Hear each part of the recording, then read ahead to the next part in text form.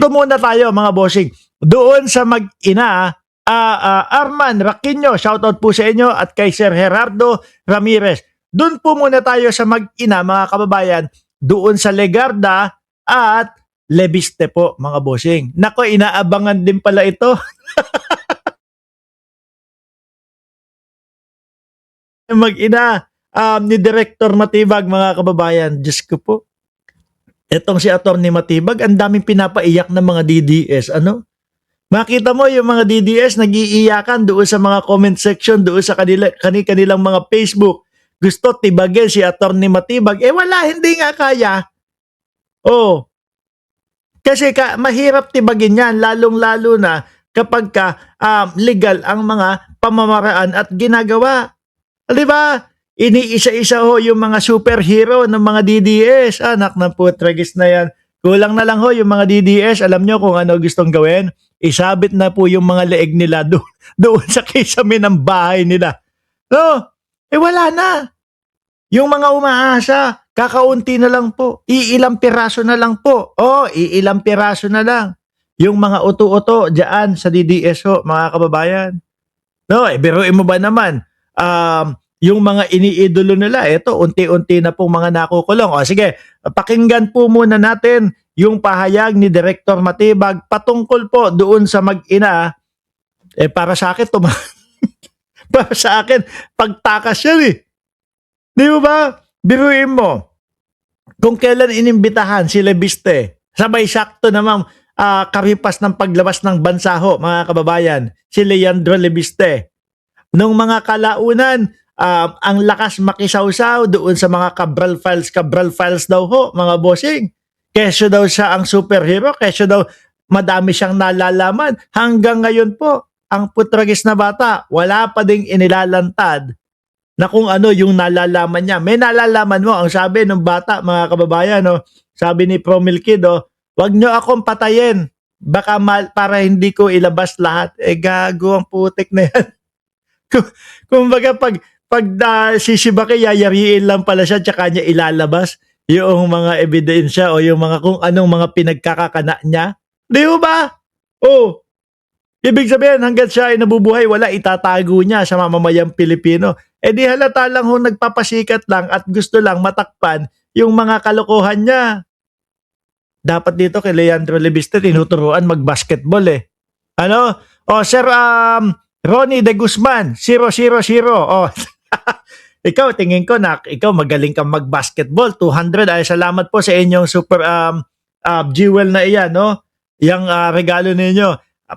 Di ba pag tumira ng basketball ho, mga kababayan, ganyan eh, Yung kay Leviste pag ganun. Pag ganun. Sabi ko, putik na to. Ano ba to? Becky Moon din ito?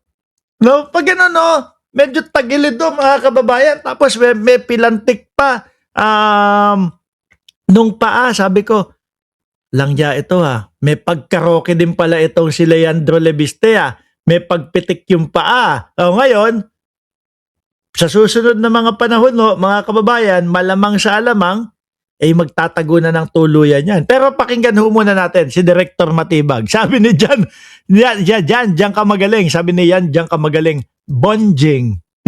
Pakinggan muna natin si Director Matibag. Sabi ni Ganing Archola, malakas din ang tama ni Leviste sa utak. Si Boy Sausaw ho yan eh.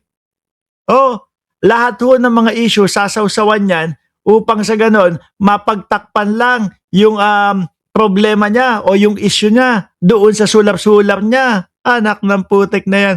Biruin mo, pangako sa buong Pilipinas, buong Pilipinas isosolar. Magkano puhunan? 1 milyong piso daw ho. Pang isang bahay lang yan. Again, pakinggan na muna natin si Director Matibag. Wala pa. Wala pa daw. mukhang hindi na babalik ko. Mukhang wala nang planong bumalik. Saktong-sakto naman kasi yung pagpapaalam.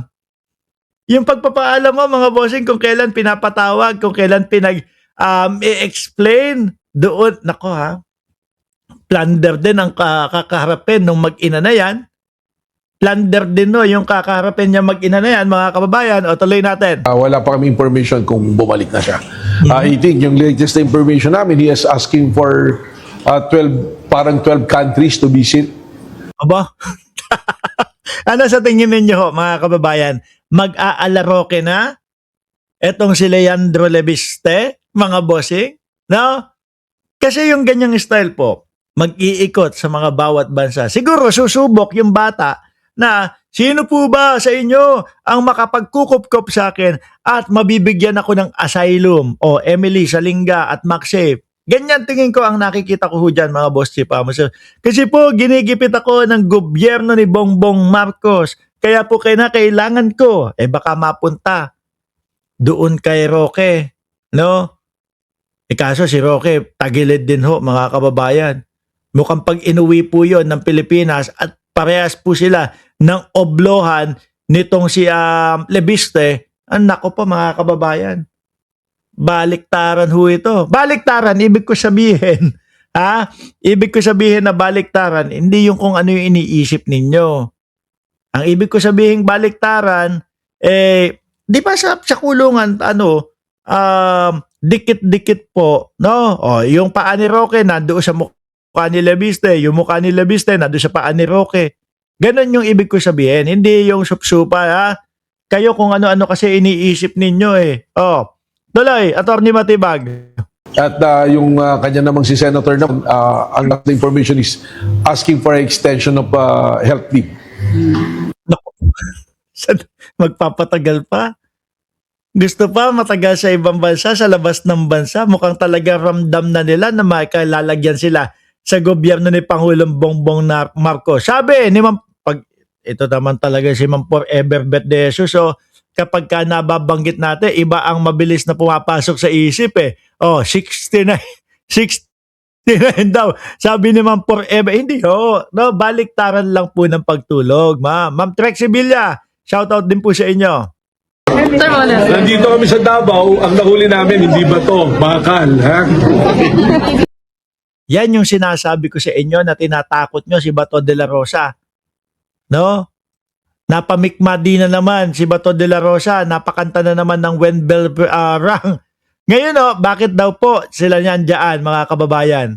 No? Sa Davao. Kasi daw mga bossing, dahil daw po dito, nasaan ba yun? Yung ito yata yun Tiba rito. Alamin. Ito po yung pinunta hindi pa si Bato. Pero ako mga kababayan, mga boss Chief sir, naniniwala ako, no? Na kaakibat o nasa likod nitong pagpunta nila diyan sa Davao, na pagre-raid nila, kasama na din po diyan